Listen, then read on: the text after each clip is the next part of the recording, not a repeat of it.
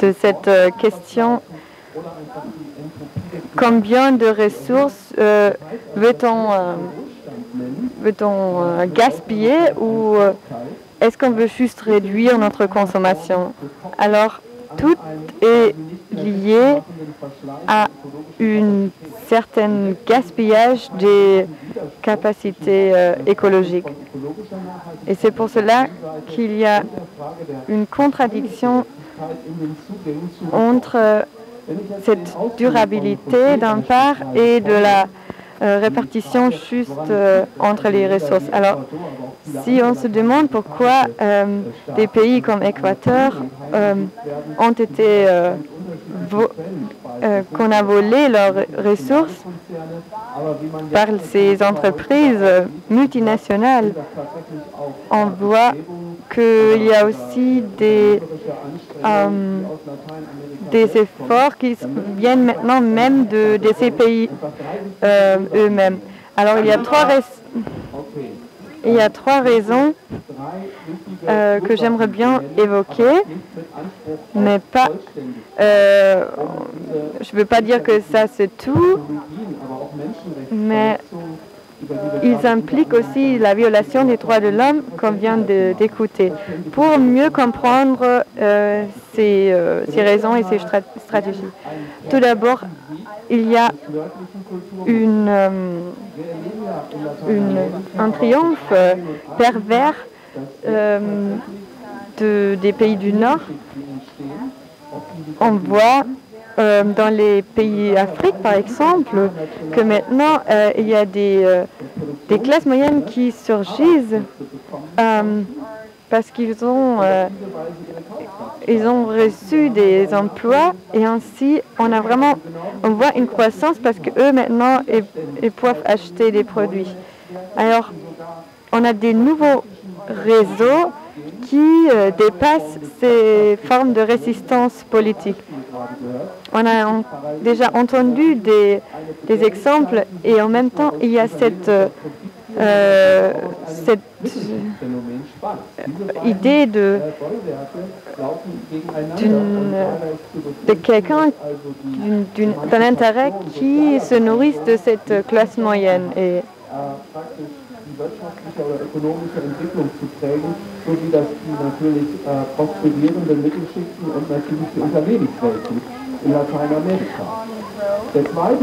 La deuxième raison, c'est cette orientation vers l'innovation de ces théories de consommation. En Allemagne, par exemple, on voit, et je crois que Franziska l'a déjà résumé très bien, on voit en Allemagne qu'on a vraiment des vagues de nouvelles technologies avec des fréquences de plus en plus courtes. Alors, ces smart technologies, ces technologies intelligentes, on dit qu'ils pourraient contribuer à l'éducation, à s'informer de la société, pour la société, mais le contraire, c'est le cas. Parce que après, on dépend plus des autres matériaux, comme des métals.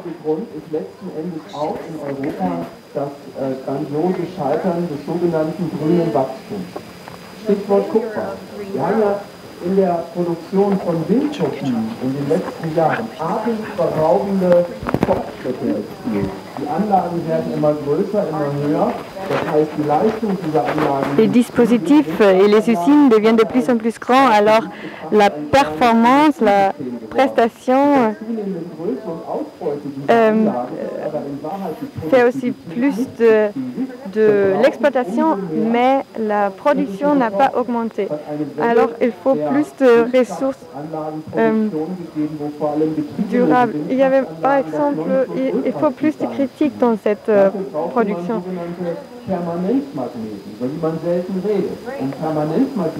Et pour l'énergie éolienne, il faut des magnets spéciaux. Et la production de ces magnets, c'est encore plus compliqué que toute l'extraction de cuivre. Ils ont produit en Chine, près de la frontière de la Mongolie. Et là, il y a presque 2 millions de gens qui vivent d'une certaine forme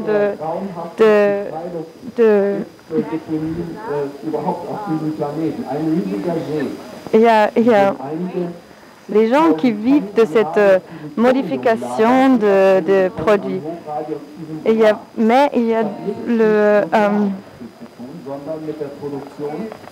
ça n'a rien à voir avec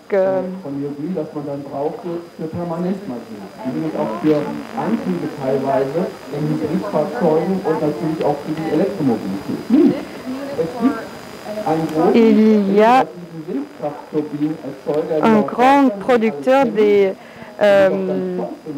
turbines, des éoliennes.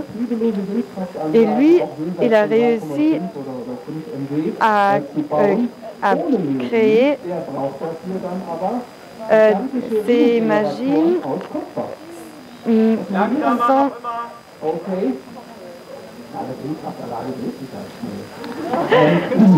Oui, l'éolienne tourne très très vite. Alors, chaque fois, si on veut entrer dans cette technologie et qu'on a essayé de créer une transition énergétique, on a des dilemmes qui consistent dans ce problème. Pourquoi résoudre un problème technologique, mais en même temps, on a besoin d'encore plus d'espace, de temps et de matériaux. Alors, et ça se voit